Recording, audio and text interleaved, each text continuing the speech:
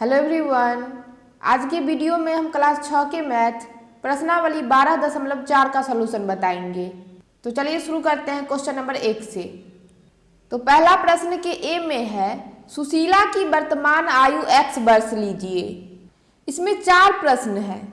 तो पहले हम पहला का ए का पहला लेते हैं। पहला का ए का पहला, तो सुशीला की वर्तमान आयु लेना है x वर्ष। सुशीला की वर्तमान आयु बराबर x वर्ष। ये क्वेश्चन में दिया हुआ है कि सुशीला की वर्तमान आयु x वर्ष लेना है। तो पहला में पूछ रहा है 5 वर्ष पूर्व उसकी आयु कितनी थी। 5 वर्ष पूर्व सुशीला की आयु बराबर, तो सुशीला की वर्तमान आयु x वर्ष है और 5 वर्ष पूर्व पूछ रहा है, यानी कि 5 वर्ष पहले इसकी आयु कितनी थी। तो वर्तमान आयु में से हम 5 घटा देंगे, तो 5 वर्ष पूर्व सुशीला की आयु हो जाएगा x माइनस 5 वर्ष। मान लीजिए अगर सुशीला की आयु 10 वर्ष रहता, सुशीला की वर्तमान आयु 10 वर्ष है, तो 5 वर्ष पूर्व सुशीला की आयु कितना होगा, 10 माइनस 5 बराबर 5 वर्ष। अगर सुशीला की आयु वर्तमान में 20 वर्ष रहता और पूछता 5 वर्ष पूर्व सुशीला की आयु कितना होगा, तो 5 वर्ष पूर्व सुशीला की आयु हो जाएगा 20 माइनस 5 बराबर 15 वर्ष। अगर वर्तमान में 20 वर्ष होगा तो 5 वर्ष पूर्व कितना होगा, 15 वर्ष। तो इस क्वेश्चन में दिया हुआ था सुशीला की वर्तमान आयु x वर्ष लेना है। तो पूछ रहा था 5 वर्ष पूर्व सुशीला की आयु कितना होगा। तो वर्तमान आयु में से हम 5 घटा दिए, तो 5 वर्ष पूर्व सुशीला की आयु निकल गया x माइनस 5 वर्ष। पहला के पहला का आंसर हो जाएगा x माइनस 5 वर्ष। अब हम पहला के दूसरा में चलेंगे। पहला का दूसरा है, बताइए 4 वर्ष बाद वह कितने वर्ष की हो जाएगी। अब 4 वर्ष बाद पूछ रहा है। पहले पूछ रहा था 5 वर्ष पूर्व, अब 4 वर्ष बाद पूछ रहा है।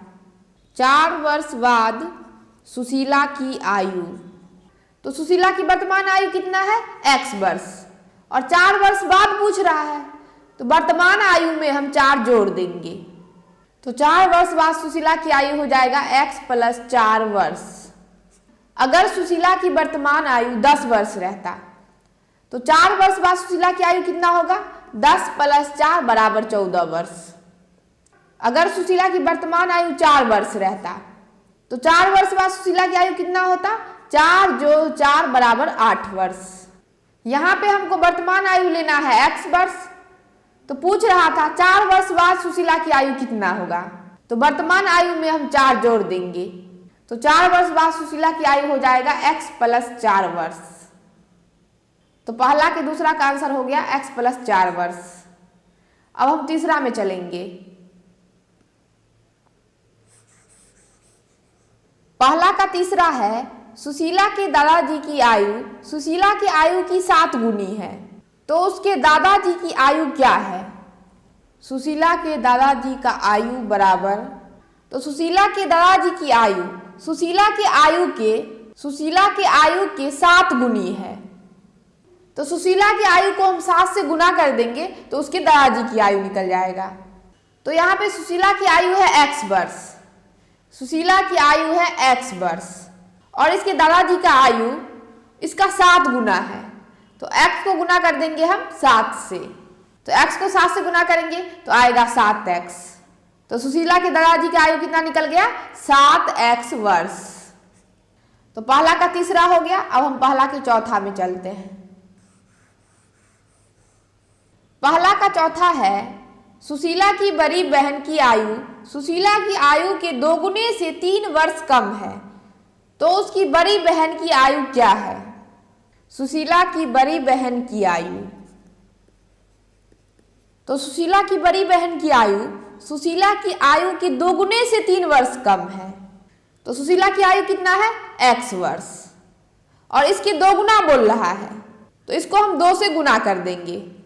उसके बाद है 2 गुने से 3 वर्ष कम है, सुशीला की आयु के 2 गुने से 3 वर्ष कम है, तो x का 2 गुना कितना हो जाएगा, 2x। अब इस x के 2 गुने से 3 वर्ष कम है, 3 वर्ष कम है तो हम 3 क्या करेंगे, घटा देंगे, तो सुशीला की बड़ी बहन की आयु हो जाएगा 2x माइनस 3 वर्ष। तो पहला के चौथा का आंसर हो जाएगा 2x माइनस 3। तो पहला के a का चौथा हो गया। अब हम b में चलते हैं। पहला का b है, एक आयताकार हॉल की लंबाई उसकी चौड़ाई के दोगुने से 5 मीटर अधिक है। यदि चौड़ाई b मीटर है तो लंबाई क्या है? तो आयताकार हॉल की चौड़ाई दिया हुआ है b मीटर। तो पूछ रहा है आयताकार हॉल की लंबाई क्या होगी। तो क्वेश्चन में दिया हुआ है आयताकार हॉल की लंबाई उसकी चौड़ाई के दोगुने से। तो आयताकार हॉल की चौड़ाई कितना है? b metre. तो इस b का 2 गुना बोल रहा है, तो b को गुना कर देंगे हम 2 से। 2 गुना है तो b का 2 गुना कितना हो जाएगा? 2b। तो चौड़ाई के दोगुने से 5 मीटर अधिक है, तो चौड़ाई का 2 गुना निकला है 2b। अब इस 2b से 5 मीटर अधिक है।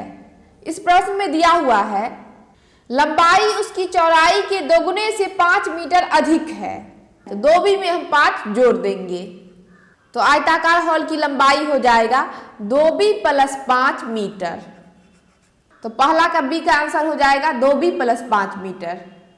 पहला का b हो गया। अब हम पहला की c में चलते हैं।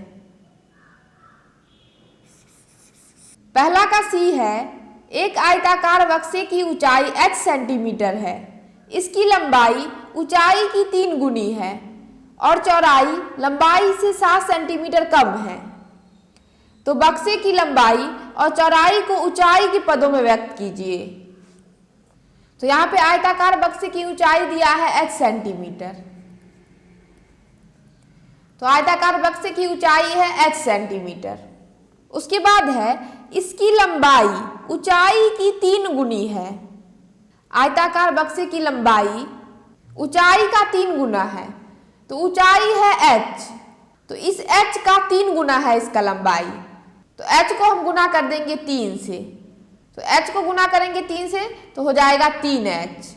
तो आयताकार बक्से की लंबाई हो गया 3h। उसके बाद है चौड़ाई लंबाई से 7 सेंटीमीटर कम है। आयताकार बक्से की चौड़ाई, तो चौड़ाई लंबाई से 7 सेंटीमीटर कम है, तो लंबाई है 3h। अब इस 3h से 7 सेंटीमीटर कम है, तो 3h में हम घटा देंगे 7। कम है तो हम घटा दिए 7। अगर ज्यादा रहता, अगर 7 सेंटीमीटर ज्यादा रहता तो हम जोड़ देते, लेकिन यहाँ पे 7 सेंटीमीटर कम है। लंबाई चौड़ाई से 7 सेंटीमीटर कम है, तो लंबाई में से हम 7 घटा दिए। तो आयताकार बक्से की चौड़ाई कितना है? 3h minus 7 centimetre. 3h minus 7 centimetre. उसके बाद देखिए क्वेश्चन में क्या पूछ रहा है। उसके बाद क्वेश्चन में है बक्से की लंबाई और चौड़ाई को ऊंचाई के पदों में व्यक्त कीजिए। तो लंबाई और चौड़ाई को ऊंचाई के पदों में व्यक्त करना था, यानी कि दोनों समीकरण में हमें h लाना ही है।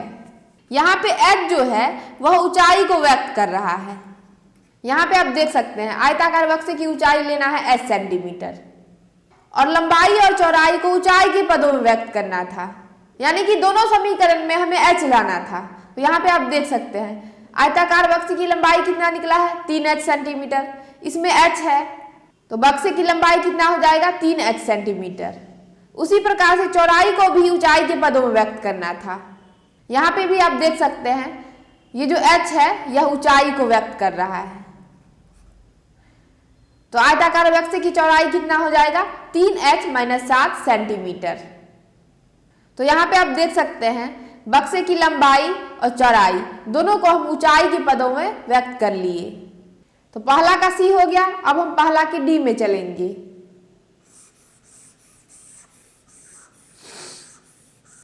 पहला का D है, एक बस x किलोमीटर प्रति घंटा की चाल से चल रही है। यह पटना से राजगीर की ओर जा रही है। बस के 3 घंटे चलने के बाद राजगीर की दूरी 22 किलोमीटर बची रह जाती है। x का प्रयोग करते हुए पटना से राजगीर की दूरी बताइए। तो यहाँ पे एक बस है जो x किलोमीटर प्रति घंटा की चाल से चल रही है, यानी 1 घंटे में बस द्वारा तय दूरी है x किलोमीटर प्रति घंटा। उसके बाद है यह पटना से राजगीर की ओर जा रही है। बस के 3 घंटे चलने के बाद, बस 3 घंटे चलती है, तो 3 घंटे में बस दौड़ाता है तो कितना हो जाएगा? तो 1 घंटे में x किलोमीटर चलती है, तो 3 घंटे में कितना चलेगा? 3 गुना x, 3x किलोमीटर। तो 3 घंटे में बस 3x किलोमीटर की दूरी तय करता है। उसके बाद है 3 घंटे चलने के बाद राजगीर की दूरी 22 किलोमीटर बची रह जाती है। यानी 3x किलोमीटर चलने के बाद राजगीर की दूरी 22 किलोमीटर और बची रह जाती है, यानी कि 22 किलोमीटर और दूरी तय करना है।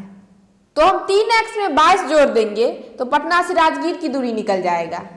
पटना से राजगीर की दूरी बराबर, तो यहाँ पे 3x किलोमीटर चलने के बाद 22 किलोमीटर दूरी और रह जाता है, तो 3x में हम जोड़ देंगे 22, तो पटना से राजगीर की दूरी निकल जाएगा 3x जोड़ 22 किलोमीटर। क्वेश्चन में पूछ रहा था x का प्रयोग करते हुए पटना से राजगीर की दूरी बताइए। तो यहाँ पे आप देख सकते हैं पटना से राजगीर की दूरी 3x जोड़ 22 किलोमीटर निकला है। इसमें x का प्रयोग करते हुए लिखना था, तो पहला के डी का आंसर हो जाएगा 3x जोड़ 22। तो पहला का डी हो गया समाप्त। अब हम क्वेश्चन नंबर 2 में चलेंगे। क्वेश्चन नंबर 2 है व्यंजकों के प्रयोग से बने निम्न कथनों को साधारण भाषा के कथनों में बदलिए। और यहाँ पे एक उदाहरण दे दिया गया है। उदाहरण में है हमारी कक्षा में x विद्यार्थी है और स्कूल में 15x विद्यार्थी है। तो इसको साधारण भाषा में लिखा गया है स्कूल में विद्यार्थियों की कुल संख्या हमारी कक्षा के विद्यार्थियों की 15 गुनी है। तो कक्षा में x विद्यार्थी है और स्कूल में 15x विद्यार्थी है। इसका अर्थ ये हुआ कि स्कूल में विद्यार्थी की संख्या कक्षा के विद्यार्थियों की संख्या से 15 गुना है। तो इसी को साधारण भाषा में लिखा गया है स्कूल में विद्यार्थियों की कुल संख्या हमारी कक्षा के विद्यार्थियों की 15 गुनी है। तो हम 2 का ए लेते हैं। 2 का ए देखिए क्या है। 2 के ए में है राखी के पास x रुपए है, उसकी सहेली के पास 3x रुपए है। तो राखी के पास x रुपया है और उसकी सहेली के पास 3x रुपया है। 3x का मतलब हुआ 3 गुना x, यानी कि राखी के रुपए का 3 गुना है उसके सहेली के पास, 3 गुना पैसा है उसके सहेली के पास। तो हम इसको साधारण भाषा में लिखेंगे राखी की सहेली के पास राखी से 3 गुना रुपया है। दूसरा का ए हो गया। अब हम दूसरा के बी में चलते हैं। दूसरा का बी देखिए क्या है। दूसरा का बी है एक अभ्यास पुस्तिका का मूल्य p रुपया है और एक पुस्तक का मूल्य 4p रुपया है। 4p का अर्थ हुआ 4 गुना p। तो अभ्यास पुस्तिका का मूल्य है p रुपया और पुस्तक का मूल्य है 4p रुपया, यानी कि पुस्तक का मूल्य अभ्यास पुस्तिका के मूल्य का 4 गुना है। तो इसको हम साधारण भाषा में लिखेंगे पुस्तक का मूल्य अभ्यास पुस्तिका से 4 गुना है। तो 4 का बी हो गया। अब हम 4 के सी में चलते हैं। 4 का सी देखिए क्या है। सी में है सुरेश के पास y बकरियां हैं, रमेश के पास y/4 बकरियां हैं। तो सुरेश के पास y बकरियां हैं और रमेश के पास y/4 बकरियां हैं। y/4 का अर्थ हुआ चौथाई भाग। y/4 है, इसका अर्थ होता है चौथाई, यानी कि रमेश के पास जो बकरियां हैं वह सुरेश की बकरियों का चौथाई भाग है। रमेश की बकरियां सुरेश की बकरियों का चौथाई भाग है। तो इसको हम साधारण भाषा में लिखेंगे रमेश की बकरियां सुरेश की बकरियों का चौथाई भाग है। 2 का सी हो गया। अब हम 2 के डी में चलते हैं। 2 के डी में है मोहन की आयु r वर्ष है, उसके पिताजी की आयु 4r वर्ष है और उसकी माँ की आयु 4r-5 वर्ष है। अब इसको साधारण भाषा में लिखना है। तो मोहन की आयु r वर्ष है और उसके पिताजी की आयु कितना है? 4r वर्ष है। 4r का मतलब हुआ 4 गुना r, यानी कि मोहन की पिता की आयु मोहन की आयु से 4 गुना है। तो हम लिखेंगे मोहन के पिता की उम्र मोहन से 4 गुना है, उसके बाद देखिए क्या है, उसके बाद है उसकी माँ की आयु 4r-5 वर्ष है। तो मोहन के पिता की आयु है 4r और उसकी माँ की आयु कितना है, 4r-5 है। 4r-5 है, -5 का अर्थ हुआ 5 घट रहा है। यहाँ पे माइनस का चिन्ह है यानी कि घट रहा है, प्लस का चिन्ह रहता तो बढ़ता। तो इसका अर्थ क्या हो जाएगा कि उसकी माँ की उम्र पिता की उम्र से 5 वर्ष कम है। तो हम लिख देंगे और उसकी माँ की उम्र पिता की उम्र से 5 वर्ष कम है। तो मोहन के पिता की उम्र मोहन से 4 गुना है और उसकी माँ की उम्र पिता की उम्र से 5 वर्ष कम है। ये हो जाएगा 2 के डी का आंसर। तो 2 का डी हो गया और क्वेश्चन नंबर 2 भी हो गया समाप्त। अब हम क्वेश्चन नंबर 3 में चलते हैं। क्वेश्चन नंबर 3 के ए में है सपना की आयु x वर्ष दी हुई है, बताइए x + 5 और x - 3 क्या दर्शाएंगे। सपना की आयु है x वर्ष, तो पूछ रहा है x + 5 क्या दर्शा रहा है। तो यहाँ पे आप देख सकते हैं x + 5 है, +5 है यानी कि आयु बढ़ रहा है। अभी सपना की आयु है x वर्ष, तो x + 5 का अर्थ क्या हुआ, x + 5 का अर्थ ये हुआ कि 5 वर्ष बाद सपना की आयु हो जाएगा x + 5 वर्ष। अभी है x वर्ष, तो 5 वर्ष बाद कितना हो जाएगा x + 5 वर्ष। अगर इस x के जगह पे 6 रहता यानी कि सपना की आयु 6 रहता, तो 5 वर्ष बाद सपना की आयु कितना हो जाएगा, 6 + 5 = 11 वर्ष। तो यहाँ पे दिया हुआ है सपना की आयु x वर्ष, तो x + 5 का अर्थ ये हुआ कि 5 वर्ष बाद सपना की आयु x + 5 वर्ष होगा। तो x + 5 में हम लिख देंगे 5 वर्ष बाद सपना की आयु। x + 5 वर्ष यही दर्शा रहा है कि 5 वर्ष बाद सपना की आयु x + 5 वर्ष होगा। उसके बाद है x - 3 वर्ष, x - 3 वर्ष। अब x - 3 है, यहाँ पे -3 है, माइनस का अर्थ हुआ घट रहा है, आयु इसका घट रहा है यानी अभी x वर्ष है, तो 3 वर्ष पहले इसका आयु कितना होगा, x - 3 वर्ष। मान लीजिए इस x के जगह पे रहता 10 वर्ष, तो 3 वर्ष पहले इसका आयु कितना होगा, 10 - 3 = 7। अगर सपना की आयु अभी 10 वर्ष रहता तो 3 वर्ष पहले सपना की आयु हो जाता 7 वर्ष। उसी प्रकार से यहाँ पे सपना की आयु दिया हुआ है x वर्ष और पूछ रहा है x - 3 का अर्थ क्या हुआ। तो x - 3 का अर्थ हो जाएगा 3 वर्ष पहले सपना की आयु। अभी x वर्ष है तो 3 वर्ष पहले सपना की आयु हो जाएगा x - 3 वर्ष। तो x - 3 का अर्थ हो जाएगा 3 वर्ष पहले सपना की आयु। तो 3 का a हो गया। अब हम 3 के b में चलते हैं। 3 का b है दिया हुआ है कि एक कक्षा के m विद्यार्थी टेलीविजन देखना पसंद करते हैं। 3m क्या दर्शाएगा तथा m/2 क्या दर्शाएगा। तो एक कक्षा में विद्यार्थियों की संख्या दिया हुआ है m, तो पूछ रहा है 3m क्या दर्शाएगा। तो एक कक्षा में m विद्यार्थी है जो टेलीविजन देखना पसंद करता है, तो पूछ रहा है 3m क्या दर्शाएगा। तो 3m का अर्थ हुआ 3 गुना m, तो 3m का अर्थ हो जाएगा एक कक्षा का 3 गुना विद्यार्थी टेलीविजन देखना पसंद करता है। एक कक्षा का m विद्यार्थी टेलीविजन देखना पसंद करता है, तो पूछ रहा है 3m का क्या अर्थ होगा। तो 3m का अर्थ हो जाएगा एक कक्षा का 3 गुना विद्यार्थी टेलीविजन देखना पसंद करता है। तो 3m में हम लिख देंगे एक कक्षा का 3 गुना विद्यार्थी टेलीविजन देखना पसंद करता है। अब अगला पूछ रहा है m/2 क्या दर्शाएगा। m/2 m/2 है, तो m/2 का अर्थ हुआ आधा।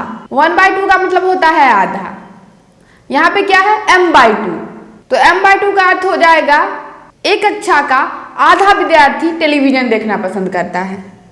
एक कक्षा में m विद्यार्थी है, तो m/2 का क्या अर्थ हो जाएगा, m/2 का अर्थ हो जाएगा एक कक्षा का आधा विद्यार्थी टेलीविजन देखना पसंद करता है। तो m/2 में हम लिख देंगे एक कक्षा का आधा विद्यार्थी टेलीविजन देखना पसंद करता है। तो 3 का बी हो गया समाप्त और क्वेश्चन नंबर 3 भी हो गया समाप्त।